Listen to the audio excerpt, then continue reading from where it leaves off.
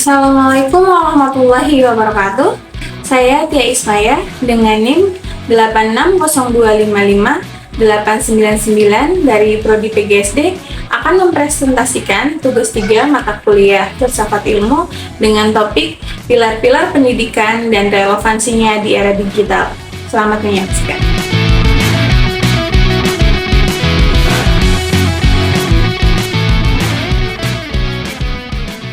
Pertama, saya akan menjelaskan makna pilar dalam konteks pendidikan, khususnya sebagai dasar atau sebagai tiang penguat sistem pendidikan. Kata pilar di sini bukan sekedar istilah.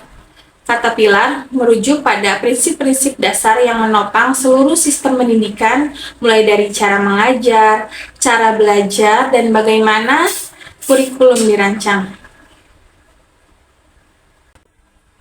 Pilar pertama yaitu learning to know atau belajar untuk mengetahui. Pilar ini menjadi fondasi agar seseorang tidak hanya memiliki pengetahuan, tetapi juga memahami cara belajar itu sendiri. Pilar kedua yaitu learning to do atau belajar untuk berbuat. Pendidikan tidak boleh berhenti pada teori saja. Pilar ini mendorong agar ilmu bisa diterapkan melalui kompetensi, kecakapan hidup, dan inovasi dalam dunia kerja. Pilar ketiga yaitu learning to live together atau belajar untuk hidup bersama. Disinilah pendidikan berperan untuk menjaga keharmonisan sosial. Kita diajarkan untuk menghormati perbedaan, mengelola konflik dengan baik, serta hidup berdampingan dengan orang lain. Pilar keempat yaitu learning to be atau belajar untuk menjadi diri sendiri. Pilar ini menekankan pentingnya pengembangan pribadi yang utuh.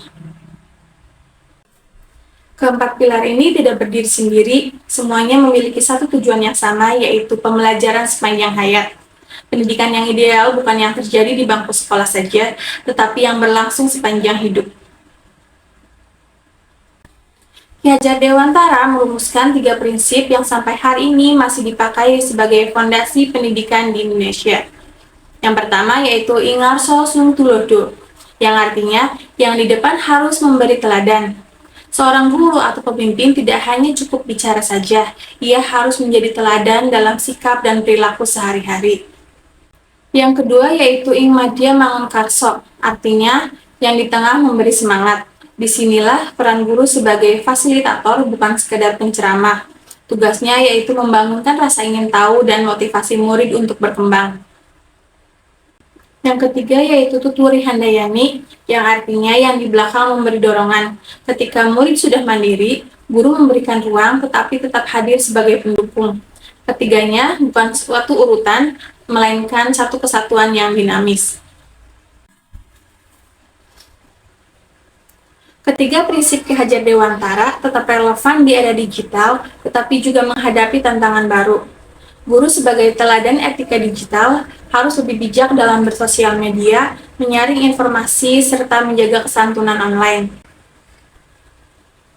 Dalam membangun motivasi belajar daring, guru harus menghidupkan suasana virtual yang memicu interaksi aktif meskipun jarak jauh. Guru juga harus memberi ruang eksplorasi digital dengan membiarkan murid menggunakan internet untuk belajar mandiri.